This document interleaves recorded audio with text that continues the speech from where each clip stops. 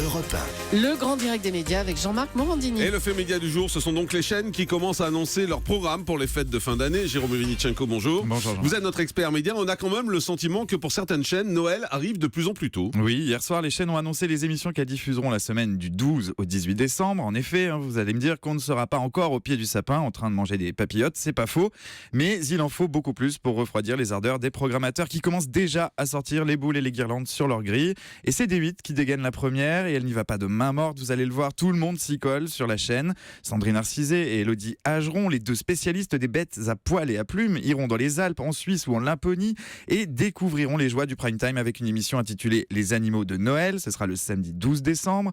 Le mercredi 16, c'est au tour de Guy Lagache de consacrer son magazine Enquête d'actualité qui se penchera sur Noël, mais côté business bien sûr. Cyril Hanouna ne sera pas en reste. Le jeudi 17, c'est en prime time qu'il animera un touche pas à mon poste spécial Noël avec dans sa hotte de nombreux happenings et des défis pour ses chroniqueurs. Et puis des fêtes de fin d'année sans bêtisier, c'est un peu comme une galette des rois sans fèves, D8 le sait bien. C'est Justine Fraioli et Bernard Montiel qui se frotteront à l'exercice avec un grand bêtisier de Noël le vendredi 18 décembre.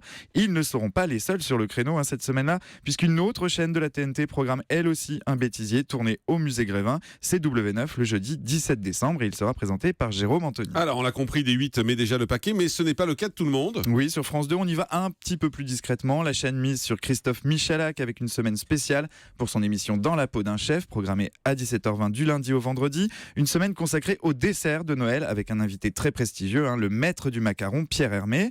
Sur M6, c'est le dimanche 13 décembre qu'on parlera déjà des fêtes de fin d'année avec un capital consacré aux grands magasins et une saga du fruit incontournable de nos tables de Noël, la clémentine. Enfin, j'ai repéré pour vous une petite pépite. Il faudra aller la chercher sur Sister. Ça s'appelle Christmas Battle, les illuminés de Noël. Il s'agit d'une compétition un peu particulière. Sur les décos de Noël. J'ai vu ça aux États-Unis, moi, déjà. Concours de décoration, oui, vous le savez, c'est une tradition à Noël. Certains Américains rivalisent d'ingéniosité pour illuminer les façades de leur maison.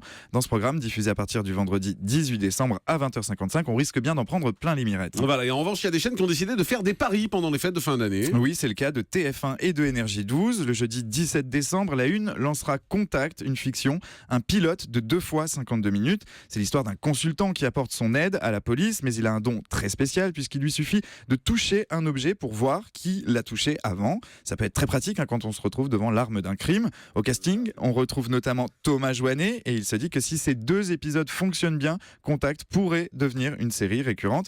Enfin, Énergie 12 de son côté confie un nouveau jeu à Benjamin Castaldi, Super Million Question. Il était dans ce studio hier pour nous en parler. Ce quiz de culture générale débarquera le vendredi 18 décembre à 20h55. On le voit, toutes les chaînes n'ont pas encore installé le sapin au milieu du salon, mais rassurez-vous, elles y viendront très vite. Effectivement. Merci Jérôme Ivanichenko.